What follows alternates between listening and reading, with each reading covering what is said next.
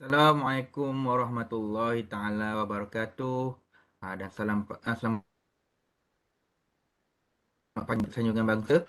Baik, insya-Allah hari ini kita akan sambung kita punya program membudayakan Al-Quran. Saya akan membawa topik tentang harta pusaka ya. Sebab sambung daripada kita punya kuliah sebelum ini berkaitan tentang harta pusaka. Memang kalau sebut tentang harta pusaka ni dia agak agak meruncing sikit lah ya kalau kita punya perbahasan dia. InsyaAllah saya akan buat dalam 3 ke 4 siri lah. Okey. InsyaAllah kita akan mulakan bacaan kita Nisa ayat sebab kalau kita telusuri surah An-Nisa ini dia ada 3 ayat dalam surah An-Nisa yang memang terangkan khas tentang harta pusaka. Bagaimana pembahagian harta pusaka. Baik, jadi kita mulakan. Ada yang nak ikut ke? Saya baca ke saya baca seorang je?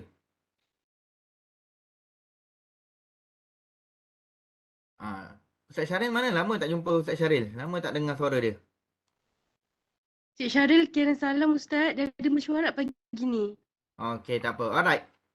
Jadi, kita mulakan ya. Ayat 12 insya-Allah. A'udzu billahi minasy syaithanir rajim. Walakum nisfu ma taraka azwajukum illam yakul lahunna walada.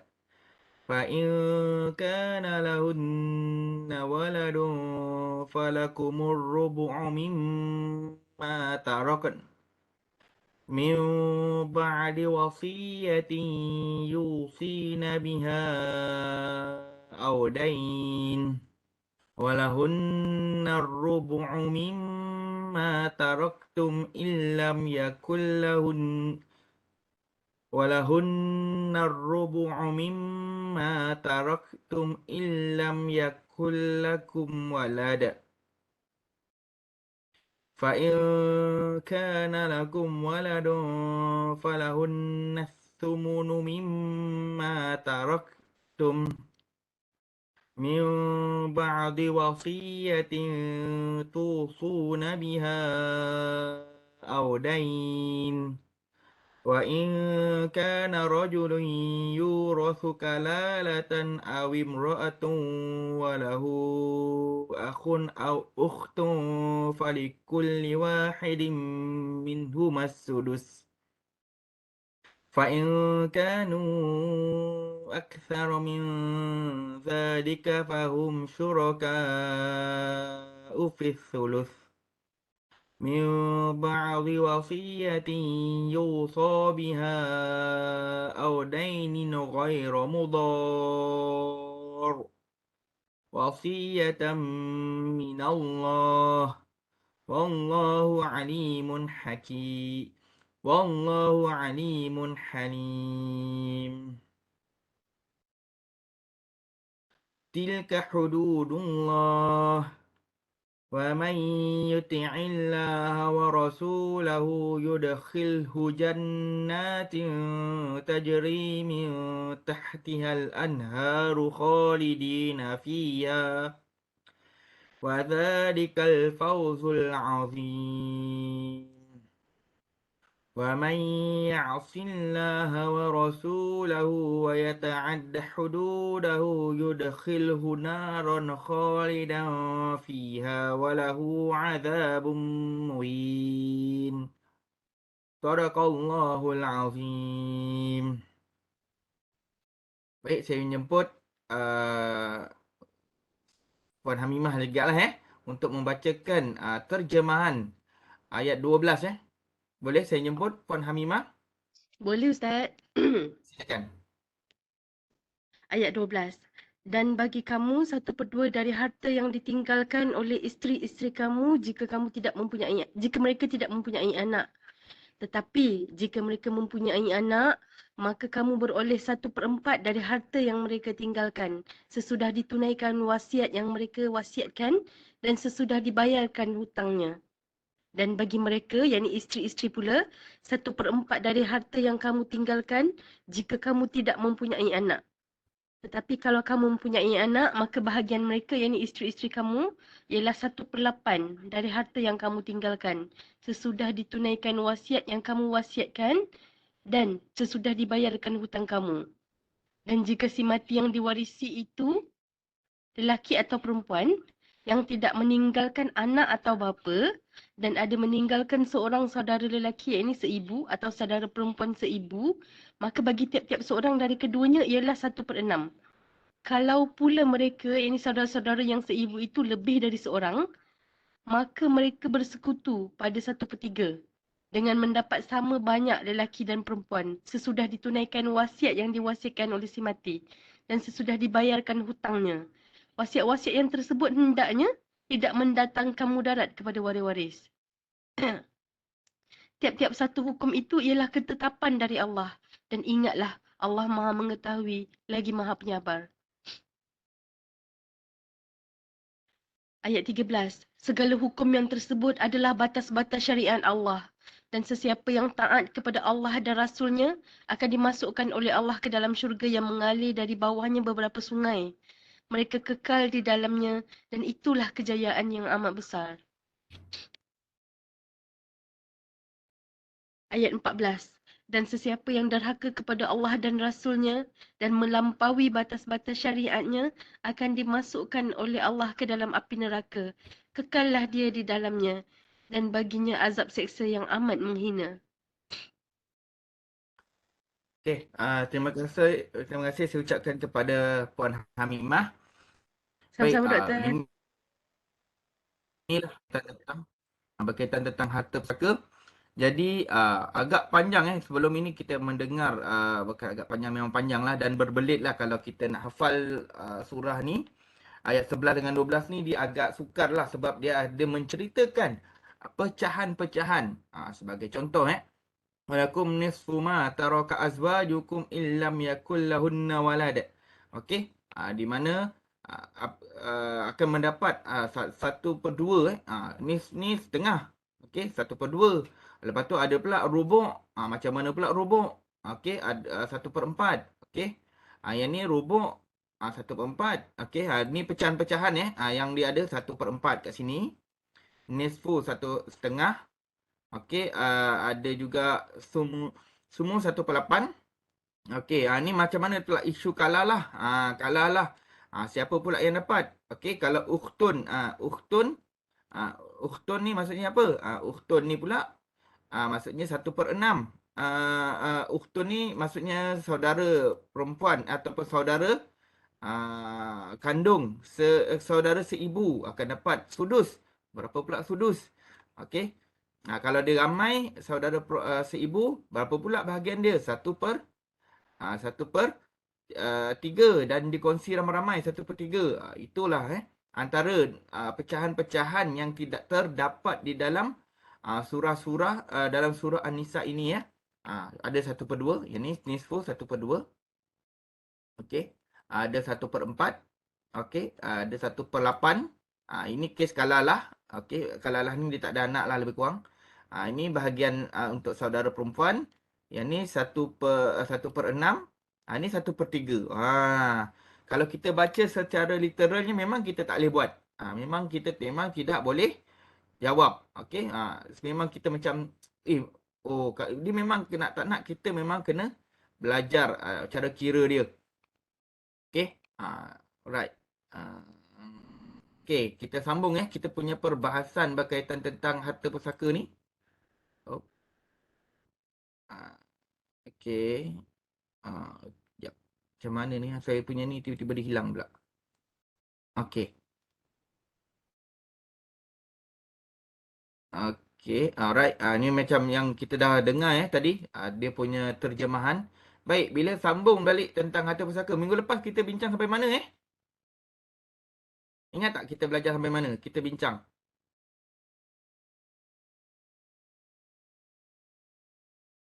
Ingat tak? Ke tak ingat? Minggu lepas ada? Minggu lepas lah kan? Okey, tak apa. Jadi hari ini kita akan sambung sebab-sebab mempusakai. Bila sebut siapakah yang orang kata apa yang layak ataupun menyebabkan dia ni layak untuk menerima pusaka, Inilah 3 sebab. Okey. 3 sebab mengapa seseorang itu layak ataupun membolehkan dia menerima pusaka. Yang pertama disebabkan perkahwinan. Sebagai contoh, ah, Ali kahwin dengan Fatimah. Mereka tidak sempat pun bersama. Okey. Lepas je akad nikah itu, selang beberapa minit, Ali meninggal dunia. Ali meninggal dunia, automatik Fatimah itu walaupun belum sempat bersama, tetap layak menerima harta pusaka Ali. Okey. Sebab apa? Statusnya ialah dia telah berkahwin. Bagaimana pula tentang penceraian? Okey. Kalau penceraian, kalau dalam tempoh rujuk, maknanya dalam tempoh, orang kata apa, kalau penceraian kan dia ada apa, tolak bain, yang di mana tolak bain, talak raj'i. Okey, di mana dalam tempoh 3 bulan ataupun 3 kali suci itu, okey, 3 kali suci, dalam tempoh tersebut maknanya isteri boleh mewarisi pusaka. Tapi kalau dia dah lepas 4 bulan, dia tidak layak lagi menerima pusaka ahli. Okey. Jadi kita kena orang kata apa? Uh, Fahamlah, okey. Perkahwinan ni dia membolehkan kita untuk menerima pusaka. Okey. Seterusnya, bila sebut tentang sebab-sebab mewarisi pusaka ini ialah keturunan. Keturunan. Okey, sebagai contoh, okey, ini Ali tadi. Ali, okey. Ni Fatimah. Okey, daripada Ali dan Fatimah. Okey, berapa orang anak? Sebagai contohlah, sebagai contoh, Ali dia ada ah, Ali ada anak lelaki. Ali dan Fatimah ni ada anak lelaki 1 dan anak lelaki 2. Okey, ini adalah keturunan yang orang kata apa, yang ke bawah. Okey, yang ke bawah. Saya tak ingat istilah dia apa. Yang maknanya dia ke bawah lah. Maknanya Ali, mungkin anak-anak Ali, cucu-cucu dia ialah keturunan dia. Tetapi bila dah sebab-sebab mempusakai ni, kita kena tengok tak, mungkin Ali ni ada anak-anak cucu perempuan, cucu perempuan. Ini cucu lelaki, ini cucu lelaki, ini cucu perempuan juga kan. Okey. Walaupun secara umumnya lah cucu perempuan ini merupakan orang kata apa, keturunan kepada Ali dan Fatimah, namun cucu perempuan dan cucu lelaki ini tidak dapat bahagian pusaka dia sebab dia dihadang ataupun dihijab oleh ayah mereka ataupun pakciknya. Contohlah anak lelaki apa? Contohlah Ali meninggal. Tapi anak lelaki 1 ni dah meninggal lebih awal. Dah meninggal lebih awal. Jadi siapa waris-waris Ali ni? Siapa waris-warisnya? Waris-warisnya ialah anak lelaki 2 sahaja. Anak lelaki 2 ni sahaja waris dia. Dan cucu perempuan dan cucu lelaki daripada anak lelaki 1 ni tidak dapat mendapat bahagian pusaka sebab ayah dia dah mati terlebih dahulu. Jadi itulah. Jadi kita kena tahu, jangan sembarangan kita buat pengiraan ni, sebab kita kena tahu susul galur keturunan dia. Okey, kemudian kita tengok pula yang ke atas. Okey. Saya tak ingat istilah dia apa. Okey, furuk usul kot. Saya tak ingat lah. Tapi ke bawah, ke bawah. Kemudian kita kena tengok waris yang ke atas. Okey, waris ke atas, kalau contohnya Ali, ayah Ali, bapa, dan emak dia. Emak. Kemudian kalau bapa dia dah tak ada, mungkin datuk dia. Datuk kepada Ali. Datuk ada sebelah bapa, datuk sebelah mak ni tak dapat datuk sebelah mak tak dapat. Tapi emak sebelah bapa dan emak sebelah ibu ni dapat. Okey, datuk sebelah emak dia tak dapat sebab apa? Dia dihadang oleh emak dia. Okey. Jadi bukan mudah untuk kita kira faraid ni. Kita kalau macam ada yang tanya saya kena tengok dulu susul galur dia. Macam mana dia punya struktur faraid tu supaya tidak ada berlaku kesilapan. Kemudian contohlah dia ada juga waris dalam sifat hawashi ataupun yang ke sisi. Tadi ke bawah, kemudian kita tengok ke atas, barulah pergi ke hawashi ataupun ke tepi, iaitu saudara kandung. Okey, SK, saudara kandung. Kita kena tengok saudara kandung lelaki ke, saudara kandung perempuan ke. Okey, adakah mereka layak menerima pusaka?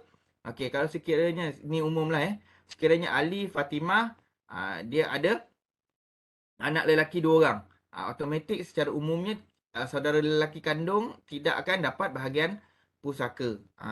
Tetapi bagaimana pula kalau ni dah meninggal, Ali anak perempuan anak lelaki 1 dah meninggal, anak perempuan anak lelaki 2 dia pun dah meninggal. Waris lelaki ni lah yang lelaki dan perempuan ni lah yang akan dapat bahagian pusaka kepada Ali. Ya. Tetapi itulah kita kena tengok dulu. Siapa yang mati dulu, struktur dia macam mana. Okey, biasalah kalau macam kita tengok okey lah. Oh, saya kena buat harta pusaka ni, kena merancang harta pusaka, saya kena buat ibah. Sebab apa? Sebab apa? Saya ada hanya anak perempuan saja. Saya ada seorang je anak perempuan. Ya, seorang anak perempuan. Nanti harta pusaka saya tu dapat dekat adik-beradik saya. Jadi saya nak buat ibah. Okey, boleh juga dikatakan begitu. Tetapi kita kena betul-betul kena tengok struktur dia dulu. Jangan kita terus okey ada anak perempuan je okey dapat kepada harta pusaka saudara tidak ada juga dalam kes pengiraan anak perempuan ada 2 orang. Anak perempuan ada 2 orang. Yang meninggalnya ialah suami dan dia ada mak. Dia kalau dalam keadaan itu pun saudara lelaki saudara tidak layak menerima pusaka sebab berlakunya lebihan ataupun lebihan daripada dia dah habiskan dah. Dia dah habiskan bahagian pusaka. Okey. Selesai keturunan. Kemudian kita fokus pula kepada antara sebab pewarisan pusaka ini ialah dia ialah terdiri daripada orang Islam. Okey, di mana dia orang Islam jadi dia layak menerima pusaka sebabkan dia adalah orang Islam. Okey, Waalaikumsalam. Encik Asni okey.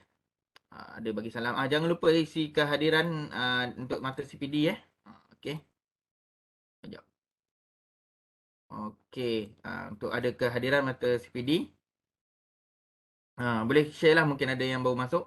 Okey, kemudian Islam. Islam ini bila dapat harta pusaka ini disebabkan tiada lagi, dia tak ada waris lain-lain. Dia ada waris yang terdiri biasanya dalam konteks di Malaysia, harta pusaka itu akan diwarisi melalui Baitul Mal. Baitul Mal lah yang mendapat bahagian pusaka si mati itu. Sebab apa? Nanti kan kadang-kadang ada yang tanya, kenapa Baitul Mal layak? Kenapa Baitul Mal layak? Sebab Baitul Mal layak itu kerana mengikut pandangan mazhab Syafi'i, Baitul Mal dia mengambil pandangan mazhab Syafi'i, Baitul Mal itu adalah orang Islam. Jadi bila harta pusaka itu tak ada yang mewarisi, maknanya dia akan pergi ke Baitul Mal. Kes yang paling mudah yang biasa berlaku ialah mu'allaf. Mungkin kat sini ada yang baru masuk Islam, saudara maranya tidak ada masuk Islam, jadi tapi dia seorang je masuk Islam. Jadi harta pusakanya apabila berlaku meninggal dunia, harta pusaka itu akan pergi ke Baitul Mal. Okey. Waris yang bukan Islam pula tak boleh tuntut Okey.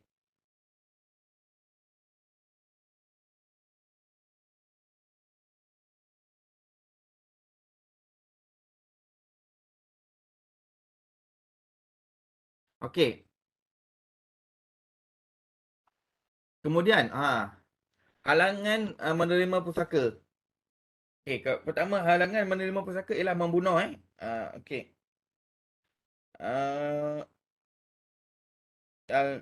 Bila sebut bila membunuh ini halangan untuk menerima pusaka itu ialah kenapa dia membunuh tu. Kalau contoh kan anak membunuh ayah dia, dia kalau dia membunuh dia automatik tidak dapat bahagian pusaka. Sebab apa? Terdapat kemungkinan dia bunuh ayah dia tu untuk dapatkan harta pusaka. Jadi Islam menetapkan membunuh itu secara sengaja tidak layak menerima pusaka. Okey, bagaimana pula membunuh secara tidak sengaja? Okey. Membunuh secara tidak sengaja ini dia agak sukar untuk kita macam nak menceritakanlah membunuh secara tidak sengaja ni. Sebab okey, contohnya tuan-tuan dan puan-puan ni gali lubang. Gali lubang kat kebunan, gali lubang. Kemudian tiba-tiba mak ayah pula lalu, ayah lalu jatuh dalam lubang. Jatuh dalam lubang meninggal. Adakah dikira membunuh? Ya, itu dikira sebagai membunuh secara tidak sengaja. Okey. Itu yang apa yang saya pegang lah dan apa yang saya belajar. Membunuh secara tidak sengaja itu itu pun tergolong daripada pembunuhan yang tidak sengaja. Jadi, bagaimana pula dalam kes COVID kan? Itu banyak kes COVID. Okey, banyak kes COVID. Di mana waktu saya pernah ditanya lah bagaimana kes COVID jika seorang bayangkan dululah bayangkan sekarang ni mungkin dah tak ada lah. Dulu seseorang ni bayangkan A ni siapa nama dia? Khairul lah, Khairul. Khairul dia ni duduk di kawasan merah. Okey. Kawasan dia banyak kes. Okey, dia tak tahu. Dia ni positif COVID. Kemudian Khairul ni pun dia balik ke rumah mak ayah dia. Balik rumah ayah dia, nama ayah dia mungkin Kamarul. Kamarul dengan Aisyah. Kamarul dengan Aisyah. Okey. Dia ni dia tak tahu yang dia ni positif tapi dia ni daripada kawasan merah. Jadi bila dia balik dia menjangkiti Kamarul. Jadi Kamarul ni pun meninggal dunia. Jadi apabila Kamarul ni meninggal dunia, Khairul ini boleh dikategorikan sebagai membunuh secara tidak sengaja dan tidak layak menerima pusaka. Tetapi itu semua kita tak boleh tetapkan Yang boleh menetapkan membunuh secara tidak sengaja ini dia bergantung kepada keputusan hakim ataupun fatwa lah. Biasanya dalam konteks di Malaysia ni hakim lah yang akan memutuskan. Okey, mungkin waktu kita minta perintah faraid tu hakim akan tanya bagaimana boleh berlakunya kematian Kamarul. Okey, mungkin bila Kamarul meninggal dunia, mungkin Khairul pun ceritalah, saya ni sebab COVID berjangkit daripada saya. Jadi Kamarul akan kemungkinan tidak layak menerima pusaka Kamarul. Okey, kalau berlainan agama pun sama. Okey, kalau Kamarul ini dia ada anak yang bukan Islam, tidak layak menerima pusaka. Okey, sama juga murtad, dalam isu murtad tidak layak menerima pusaka. Jadi kita kena berhati-hatilah. Biasanya macam dalam kes orang kata apa? Kes mu'allaf lah. Berlainan agama dia tidak layak lagi dah untuk menerima pusaka. Kalau ada orang Islam, kita na'udzubillah min zalik, tuan-tuan dan puan-puan. Kalau ada murtad, kita tidak waris yang murtad itu tidak layak menerima pusaka. Okey. Dan kita pun tidak boleh mewarisi harta orang murtad itu. Sebab harta orang murtad itu akan dapat ke Baitul Mal. Okey. Tapi ada konflik lah di Malaysia sebab kalau orang murtad, waris-waris yang bukan Islam pun boleh dapat bahagian dia. Sebab apa? Kita mengikutkan kepada undang-undang, orang bukan Islam dia tertakluk kepada akta yang lain, Akta Pembahagian 1958. Okey. Alright. Okey, sekarang ni kita pergi lebih detail tentang harta pusaka ni. Kalau ada apa-apa soalan boleh tanya Jangan tak tanya Jangan biarkan hidup anda dibelenggu oleh persoalan yang tiada jawapan. Okay, kalau ini insya-Allah saya boleh jawab lah Kalau tanya yang bukan-bukan saya tak boleh jawab, saya tanya orang lain lah nanti. Okey. Sekejap ya. Nak menghilangkan noted ni. Okey. Kemudian bila sebut tentang harta pusaka kan, saya sukalah membahagikan harta pusaka ini kepada harta ni mula-mula kita bila sebut tentang harta pusaka ni tiba-tiba semua kita dapat. Bayangkan si mati ini, okey. Si mati ini dia punya harta pusakanya ialah KWSP. Okey. KWSP dia ialah 100,000. Okey bayangkanlah dia ada KWSP 100,000 KWSP.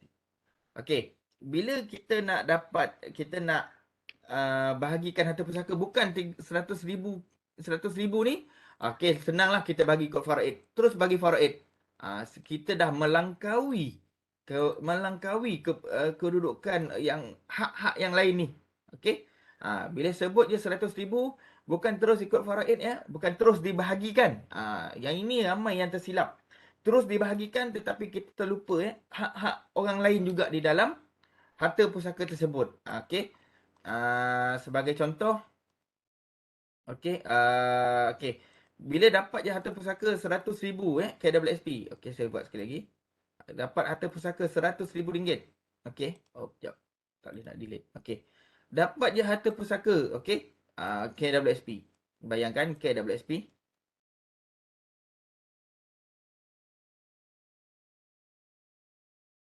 Okey, alright. Satu soalan daripada Asfalela Jamaluddin. Salam Ustaz, tumpang tanya, jika berlaku kematian dan keluarga tidak begitu arif tentang pembahagian harta pusaka, ke mana kita boleh rujuk ya Ustaz? Okey. Dalam konteks di Johor kalau kita di Johor, tuan-tuan dan puan-puan semua, sebenarnya ini untuk saya sampaikan minggu hadapan sebenarnya. Minggu depan. Okey, sebenarnya dalam konteks di Malaysia ni, okey, dia ada kita ada beberapa bidang kuasa. Okey, yang ni sangat penting untuk tuan-tuan semua tahu. Bila berlaku kematian ini, kita akan berurusan antara 3 bidang kuasa ni. Yang pertama, Mahkamah Tinggi Sivil. Okey. Kemudian, unit pusaka kecil. Unit pusaka kecil bukan pejabat tanah unit pusaka kecil. Kat mana pula unit pusaka kecil ni okey, biasanya unit pusaka kecil ni dia terletak dekat dengan pejabat tanah lah. Dia memang ada unit pusaka kecil dan yang terakhir ialah Amanah Raya Berhad. Setiap agensi-agensi ni dia mempunyai bidang kuasa yang berbeza. Saya tak ada pula sebab slide dia dia ada bidang kuasa yang berbeza di mana unit pusaka kecil dia mempunyai hak untuk menguruskan harta pusaka yang bawah 2 juta. Sekarang ni bawah 2 juta sekarang nanti akan ada bawah 5 juta. Sebab akta sedang dipinda, mungkin di masa akan datang 5 juta dan ke bawah. Bila sebut 5 juta ke bawah, automatik harta pusaka akan diuruskan oleh unit pusaka kecil. Kita kena rujuk mereka lah. Okey. Kemudian kalau Mahkamah Tinggi Sivil ni, kalau harta atas 5 juta ni secara umum kalau Amanah Raya Berhad, kalau harta tu bawah 600,000. Tapi dia ada detail lagi lah Tapi secara umumnya macam inilah pembahagian harta pusaka di Malaysia. Okey. Okey, ada satu soalan saya tengok di chat. Kejap, saya chat. Kejap. Okey, ada satu soalan. Okey, daripada saya rasa saya menjawab kalau Puan Asfalila, tapi kalau sebenarnya secara umumnya Puan Asfalila dia tidak ada orang kata apa, kalau nak rujuk harta pusaka ni dia agak sukar lah kalau kita nak rujuk siapa yang arif tentang bahagian harta pusaka ni. Tapi biasanya seelok-eloknya lah Puan Asfalila apabila berlakunya kematian, Puan Asfalila dapatkan khidmat nasihat daripada unit pusaka kecil. Mereka lebih tahulah apa benda yang kita nak, dokumen apa yang kita perlukan dan untuk membahagian harta pusaka ni. Kalau saya nak cerita dia punya flow dia agak panjang. Agak sukar kalau kita macam, yelah kita bukannya hari-hari berlakunya kematian kan. Jadi bila bukan berlakunya hari-hari, jadi kita pun tidak tahu bagaimana nak uruskan harta pusaka ni. Okey. Tapi Puan Asfalila boleh tanya, biasanya akan pergi unit pusaka kecil ataupun Baitul Mal lah. Jangan pergi ke tempat-tempat lain. Jangan pergi tanya Jabatan Agama pula. Jabatan Agama, dia akan hantar juga ke Baitul Mal. Okey. Puan Sanisa tanya, Kak Anis tanya. Salam Ustaz, saya tak ada adik-beradik lelaki. 6 orang anak, 6 orang semua perempuan. Ibu bapa telah meninggal dunia dan tak sempat membahagikan pusaka. Saya ada beberapa saudara, sepupu lelaki, belah ibu bapa. Adakah mereka layak terima harta pusaka yang ditinggalkan oleh ibu ayah saya? Okey.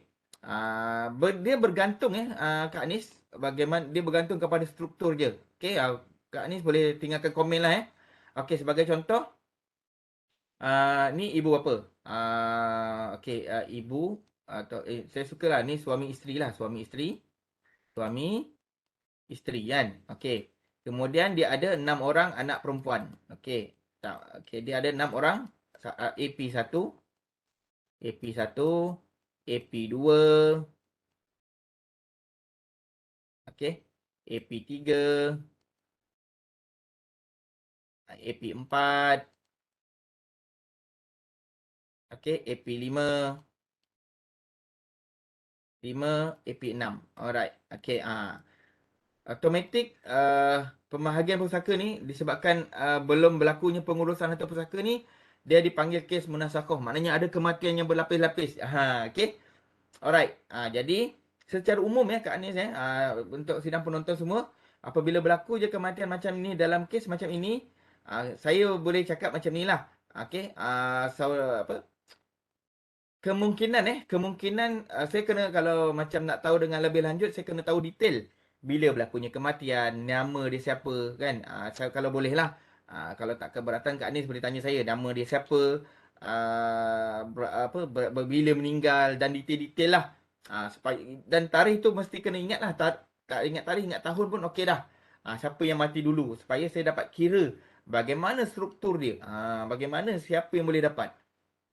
Okey. Alright. Jadi kemungkinan tuan-tuan dan puan dalam kes seperti ini, kemungkinan boleh saya katakan akan harta pusaka tersebut akan dapat kepada baik apa kepada adik-beradik saudara lelaki ataupun saudara perempuan. Saudara kalau suamilah adik-beradik kalau harta suami, adik-beradik suami boleh dapat. Kemungkinan dia kena tengok gak atas ni ada tak waktu arwah ni meninggal. Ada tak mak ayah dia?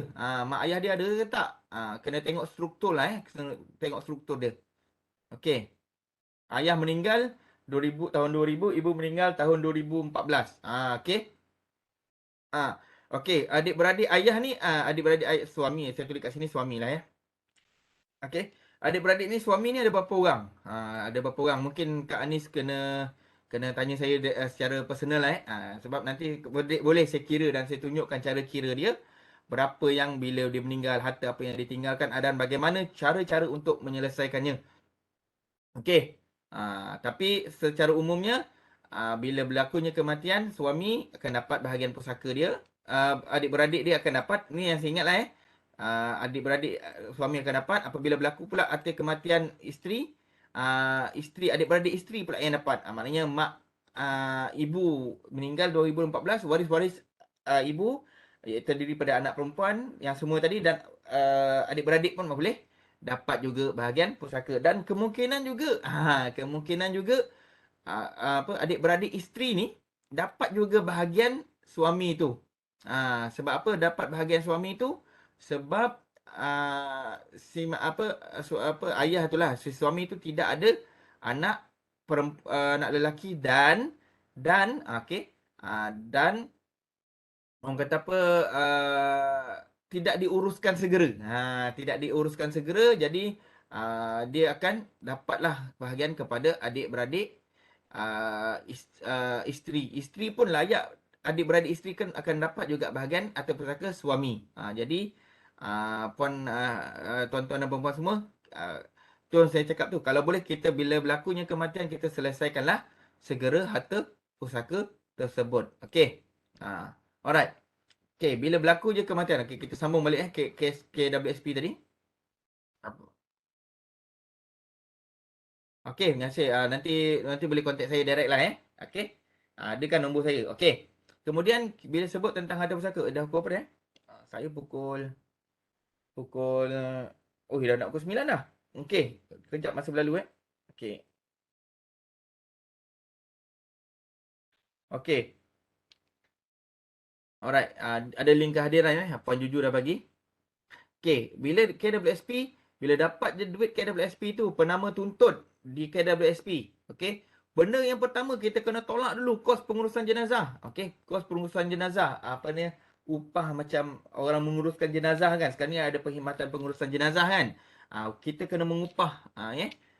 Kena bayar lah. Kena bayar. Bayar pakai duit siapa? Bukan pakai duit waris. Ataupun orang, kalau nak pakai boleh juga. Tapi biasanya akan menggunakan duit ataupun wang yang tinggalan harta pusaka si mati. Jadi gunalah KWSP tersebut untuk kos urusan pusaka. Jadi bayangkan 100,000 KWSP tersebut.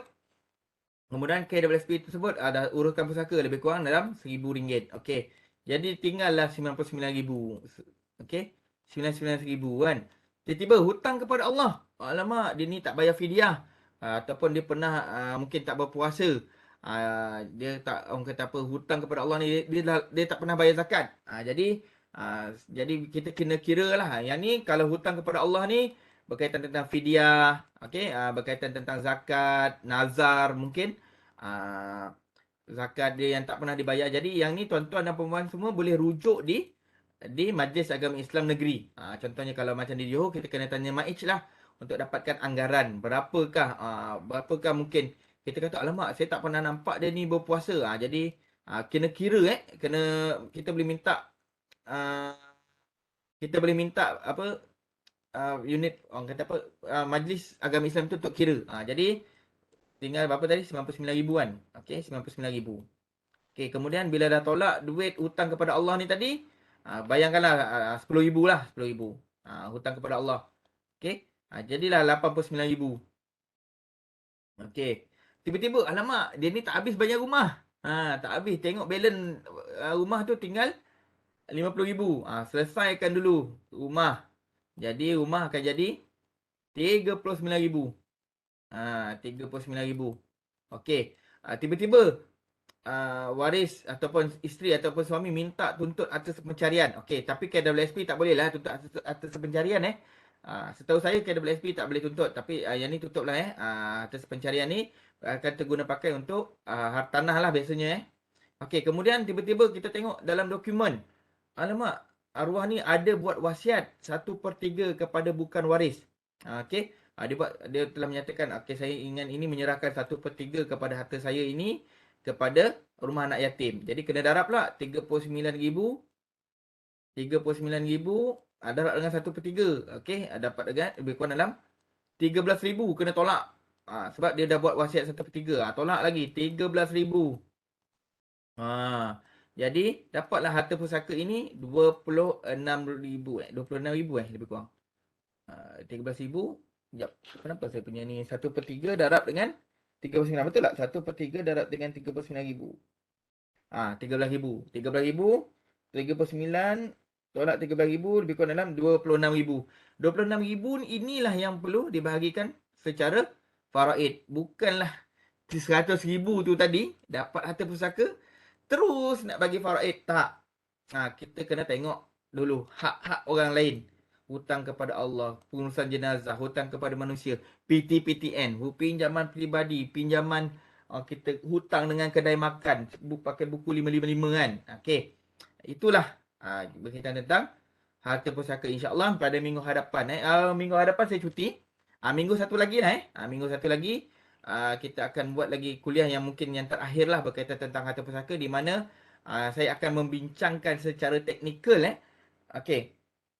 Okey, satu soalan daripada Encik Helmi Hussein. Okey, Ustaz, wasiat dibenarkan hanya 1/3 je. Okey, secara umumnya wasiat ni dia tertakluk kepada dua hukum, iaitu tidak boleh lebih daripada 1/3, dan waris ni bahagian waris yang orang yang dibenarkan ialah terdiri kepada bukan waris. Itu wasiat dia. Barulah wasiat itu sah dan tak ada orang yang boleh sangkal. Kecuali yang boleh sangkal tu macam saksi dan sebagainya lah. Tapi dia 1/3 maksimum dan kepada bukan waris. Okey. Ada apa lagi soalan? Terima kasih. Saya rasa saya menjawab ya Encik Helmi. Ada soalan lain?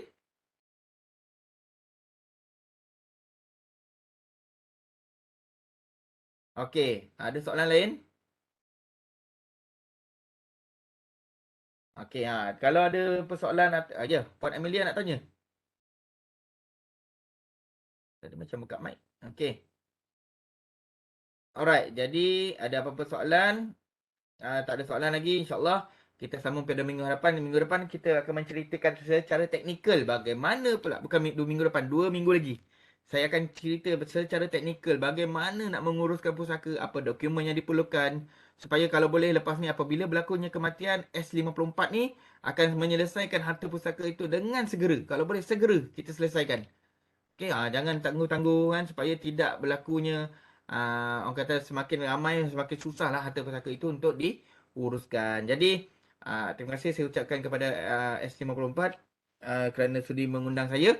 Jadi kita akan sambung kuliah kita dalam 2 minggu lagi, insya-Allah. Jadi saya akhiri pertemuan kita ini dengan tasbih kifarah dan surah Al-Asr.